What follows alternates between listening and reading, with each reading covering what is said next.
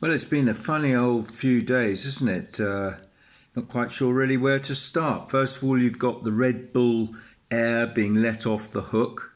You've got Thailand ranked as number one in sorting out the coronavirus in the world, which is very impressive, but a bit weird.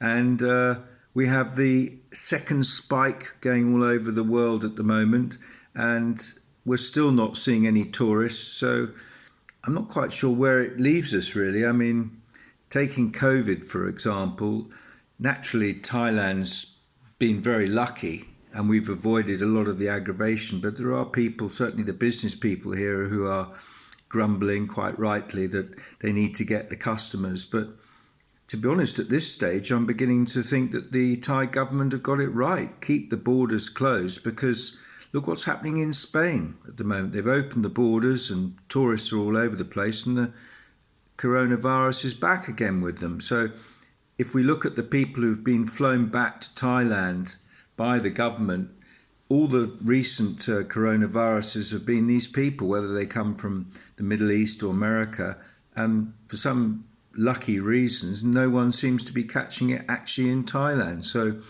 how do you ever get rid of this problem? Because we can behave ourselves in Thailand, we can wear our masks, but it seems that the rest of the world, a lot of the people are disobeying what their governments are saying and are creating the problem again. So that's a bit of a worry, isn't it? As far as us here in Pattaya is concerned, I drove around town this morning about 9:30, and it really was a ghost town. I mean, no one was walking around. So I'm not quite sure how long we can see this town carrying on as it is. I'm sure many hotels will never reopen. I'm sure many restaurants will close for good.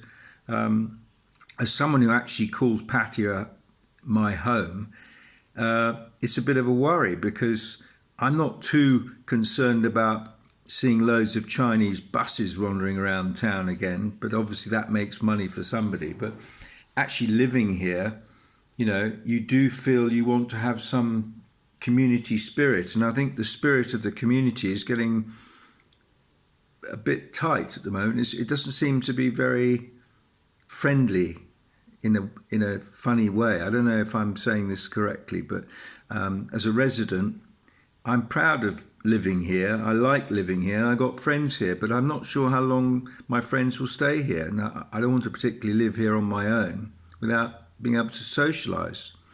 So that's a worry. The other thing, obviously, is here in Thailand we are governed by a government which is made up of various different sub-parties, mainly from the original army coup that took over in 2014, and not everyone's happy. And the students, now that the lockdown is out of the way, are regularly having huge mass meetings about the fact that they're not happy with the way the country is being run. The government's recently sacked or got rid of a few of the top ministers and have announced today that they're bringing on some new people, new blood. But it's a bit concerning that you're living in a democracy which the people here are not happy with, but you as an expat can't really do anything. You just have to stand on the sidelines.